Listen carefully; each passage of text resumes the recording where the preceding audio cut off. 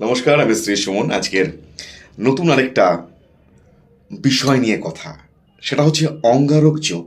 অঙ্গারক যোগ মানে রাহু এবং মঙ্গলের একটা মিলন, একটা সম্পর্ক। তো এই ব্যাপারটা হলে কি হয় সাধারণত 2026 সালের, মানে এই বছরের 23শে ফেব্রুয়ারি থেকে 2 এপ্রিল পর্যন্ত এই কুম্ভ রাশিতে রাহু এবং মঙ্গলের একটা প্রভাবে অঙ্গারক যোগ তৈরি হচ্ছে। আমরা জানি যেখানে মেষ, মকর, মীন ছাড়াও অনেকগুলো রাশিতে একটু নেতিবাচক শক্তির প্রভাব থেকে থাকছে। আমরা জানি আমরা কি করতে পারি।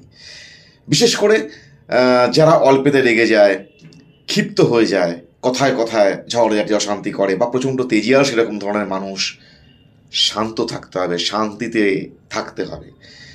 কারোর সঙ্গে কথা বলতে গেলে ঠান্ডা মাথায় কথা বলতে হবে, ঠান্ডা থাকতে হবে। কেন, অগ্নিবায়ু যদি একসঙ্গে থাকে অনেক কিছু ধ্বংস করে দিতে পারে। তাই আমাকে সেই জায়গাটা ভেবে সামনে এগোতে হবে। প্রত্যেকদিন পারলে হনুমান চালিসা পাঠ করুন। এই অঙ্গারক যোগ থাকাকালীন তামার পাত্রে জল রেখে সূর্যদেবকে প্রণাম করে অর্পণ করুন সেই জল। যে কোনো গরিব মানুষকে পয়সা না দিয়ে লাল বস্ত্র দান করুন, মুসুর ডাল দান করুন, গুড় দান করুন, সাদা মিষ্টি দিতে পারেন।